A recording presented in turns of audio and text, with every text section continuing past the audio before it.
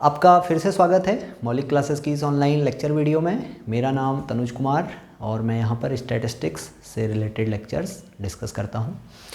तो हम probability theory को ही आगे कंटिन्यू करने जा रहे हैं। तो देखिए हमने पूरी प्लेलिस्ट बनाई हुई है प्रोबेबिलिटी थ्योरी पे, वो तो वहाँ पे सारे टॉपिक्स आपको प्रोबेबिलिटी थ्योरी पे बेस्ड सारे टॉपिक उस प्लेलिस्ट में मिल जाएंगे, तो वो प्लेलिस्ट आप हमारे देख सकते हैं। तो आज के टॉपिक में हम डिस्कस करने जा रहे हैं इंडिपेंडेंट इवेंट्स की प्रोबेबिलिटी कैसे कैलकुलेट होती है।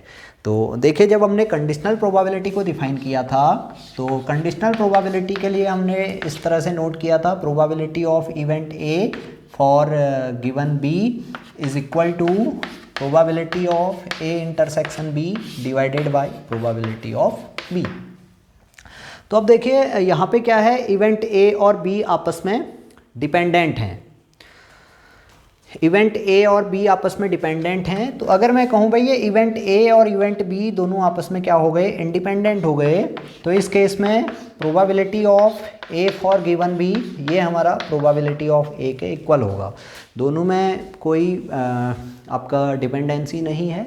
तो इसको हम ऐसे समझ सकते हैं, देखिए जैसे एक इवेंट है मेरे पास 52 कार्ड्स हैं। तो 52 कार्ड्स में से हमने क्या किया, आपसे कहा भाई आप एक कार्ड इसमें से निकालिए और इसको अपने पास रख लीजिए। तो इस कार्ड के निकलने की प्रोबेबिलिटी, तो ये तो हुई 1/52। अब क्या किया आपने, वो कार्ड अपने पास रख लिया। तो अब जो सेकेंड इवेंट बना, सेकेंड इवेंट में मेरे पास 51 कार्ड्स हैं। तो सेकेंड इवेंट में 51 कार्ड्स हैं। मैंने आपसे फिर से कहा कि आप एक कार्ड निकालिए, तो इस कार्ड के निकलने का चांस अब क्या होगा, 1/51 होगा। तो हम देख रहे हैं भाई ये इवेंट ए और इवेंट बी दोनों क्या हैं, आपस में डिपेंडेंट इवेंट हैं। तो यहाँ पे जो प्रोबेबिलिटी निकलेगी वो कंडीशन के बेसिस पे निकलेगी, और कंडीशन क्या है कि आपने जो फर्स्ट कार्ड निकाला है वो निकाल के अपने पास रख लिया है। तो उसके बेसिस पे हमारा क्या बना है, सेकेंड इवेंट बना है। अब फिर से सपोज करिए जो इवेंट ए हुआ इसमें आपने 52 कार्ड में से एक कार्ड निकाला, लेकिन ये फिर से आपने क्या कर लिया, इस कार्ड को वापस अपने पैक में डाल दिया। तो जो इवेंट सी बनेगा, इवेंट सी में मेरे पास क्या होंगे, फिर से 52 कार्ड्स होंगे। तो 52 कार्ड्स में से मैंने आपसे कहा भाई एक कार्ड निकालिए, तो इसकी प्रोबेबिलिटी क्या हो जाएगी, 1/52 हो जाएगी। तो इसको इस तरह से समझ सकते हैं, देखिए probability of A this is equal to 1/52 and probability of B when it is known that A is already happened। यही तो मतलब हुआ, हमने जो इवेंट बी निकाल रहे हैं ये किस पे बेस्ड है, इवेंट ए पे बेस्ड है, और ए हमें नोन है। हमने क्या किया है, ए में जो 1 कार्ड निकाला है वो निकाल के अपने पास रख लिया है। तो probability of B for given A is equal to 1/51, यानी जो प्रोबेबिलिटी 1/51 है ये एक्चुअल में क्या है, कंडीशनल प्रोबेबिलिटी है। अब थर्ड प्रोबेबिलिटी पे देखिए, अब थर्ड प्रोबेबिलिटी क्या है, probability of event see when it is known that A is already happened. तो ये प्रोबेबिलिटी है 1/52। तो अब यहाँ पे ध्यान दीजिए, जो थर्ड इवेंट है, ये थर्ड इवेंट क्या है, फर्स्ट इवेंट के इंडिपेंडेंट है, यहाँ पे कोई भी डिपेंडेंसी नहीं है। इंडिपेंडेंट इवेंट कब होंगे, जब एक इवेंट के हैपनिंग दूसरे इवेंट के हैपनिंग की प्रोबेबिलिटी को कोई भी इफेक्ट नहीं करेगी। तो हम कहेंगे दोनों इवेंट क्या हैं, आपस में इंडिपेंडेंट इवेंट है। तो हम देख रहे हैं यहाँ पे ये दोनों प्रोबेबिलिटी क्या हैं, इक्वल हैं। तो यहाँ से हम कह सकते हैं probability of event A for given B is equal to probability of A. तो यहाँ से अब कैसे हमें पता चलेगा कि इवेंट हमारे इंडिपेंडेंट हैं, तो इसका सीधा सीधा रूल हो गया, probability of A intersection B हम कैलकुलेट करेंगे। तो ये probability of A intersection B क्या आना चाहिए, probability of A into probability of B आना चाहिए। अगर ऐसा होता है तो हम कहेंगे ए और बी हमारे क्या हैं, आपस में इंडिपेंडेंट इवेंट है। तो आप कहेंगे भाई आपने ये कैसे लिख लिया, तो देखिए मैंने कहा ना, probability of A for given B is equivalent to probability of A when A and B both are independent events. तो इस केस में ये प्रोबेबिलिटी हमारी प्रोबेबिलिटी ऑफ ए हो गई, तो इसको मैं इधर ले गया, तो probability of A intersection B कितना हो गया, probability of A into probability of B हो गया। तो इस तरह से हम जब हमारे दो इवेंट इंडिपेंडेंट होते हैं तो इस तरह से हम अपनी प्रोबेबिलिटी कैलकुलेट कर सकते हैं। तो अगर हमें इंटरसेक्शन की प्रोबेबिलिटी चाहिए तो probability of A intersection B क्या हो जाएगी, उन दोनों इवेंट की इंडिविजुअल प्रोबेबिलिटी का प्रोडक्ट होगा। तो ये थ्योरम कहलाती है multiplication theorem of probability for independent events. ये क्या कहलाएगा, multiplication theorem of probability for independent events.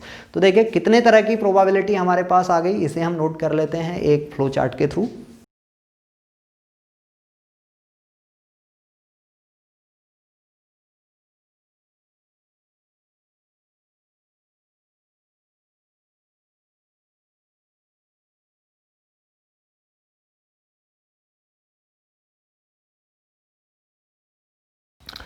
तो देखिए इस तरह से हम अपनी प्रोबेबिलिटी थ्योरम्स को इस तरह से अपना डिफ्रेंशिएट कर सकते हैं।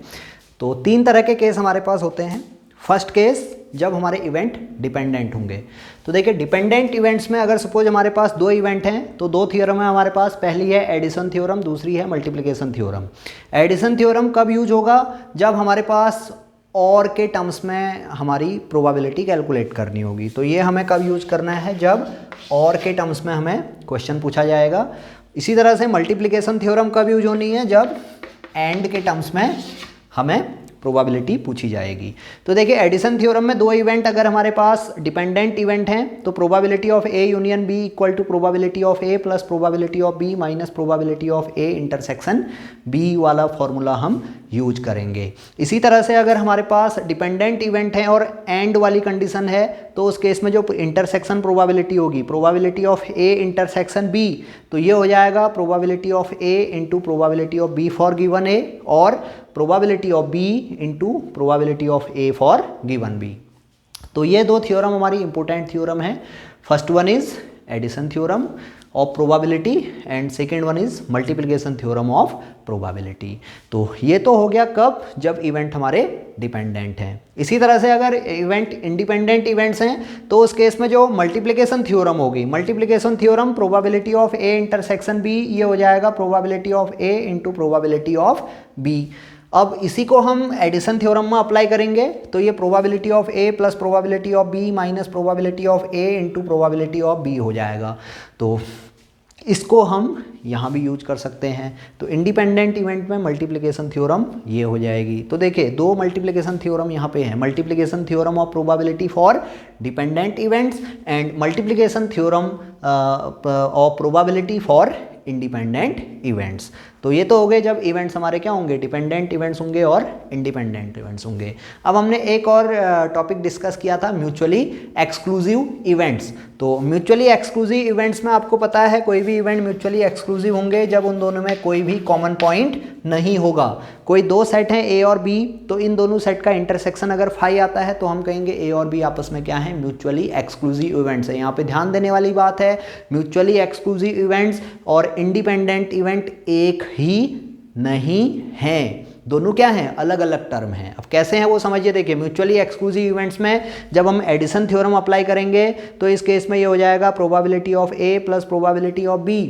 ये कहाँ से आया, ये आया थर्ड एक्सियम ऑफ प्रोबेबिलिटी से। जो एक्सियम प्रोबेबिलिटी हमने डिस्कस की थी उसमें थर्ड एक्सियम हमारा यही था कि 2 इवेंट हमारे अगर म्यूचुअली एक्सक्लूसिव हैं तो उन दोनों इवेंट्स के यूनियन की प्रोबेबिलिटी क्या होती है, उन दोनों इवेंट्स के इंडिविजुअल प्रोबेबिलिटीज का सम होता है।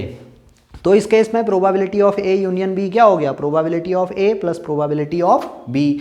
और हमें यह भी पता है ए इंटरसेक्शन बी क्या होगा, इस केस में फाई होगा। म्यूचुअली एक्सक्लूसिव इवेंट है तो ए इंटरसेक्शन बी फाई हुआ और फाई हमारा क्या होता है, इम्पॉसिबल इवेंट होता है। तो जब प्रोबेबिलिटी फंक्शन हम यहाँ पे अप्लाई करेंगे तो probability of A intersection B ये कितना हो जाएगा, 0 हो जाएगा।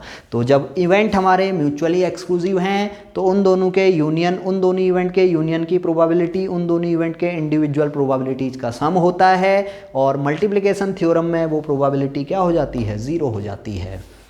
अब ध्यान देने वाली बात है, म्यूचुअली एक्सक्लूसिव इवेंट्स होते हैं ये हमेशा क्या होते हैं, डिपेंडेंट इवेंट्स होते हैं। तो ये थ्योरम आप याद करेंगे इस तरह से कि किस केस में कौन सी थ्योरम हम अप्लाई करते हैं। तो अब जो नेक्स्ट टॉपिक हम डिस्कस करेंगे नेक्स्ट वीडियो में वो होगा total probability and base probability. तो इस पे बेस्ड भी काफ़ी क्वेश्चंस पूछे जाते हैं। तो देखिए इंडिपेंडेंट प्रोबेबिलिटी पे बेस्ड क्वेश्चंस आप कर सकते हैं। आपको जहाँ पे इंटरसेक्शन प्रोबेबिलिटी निकालनी होगी और आपसे कहा जाएगा इवेंट्स आपके इंडिपेंडेंट हैं तो उस केस में आप दोनों इवेंट्स की इंडिविजुअल प्रोबेबिलिटी निकालोगे, दोनों को मल्टीप्लाई कर दोगे। तो इस तरह से हम इंडिपेंडेंट प्रोबेबिलिटी कैलकुलेट कर सकते हैं।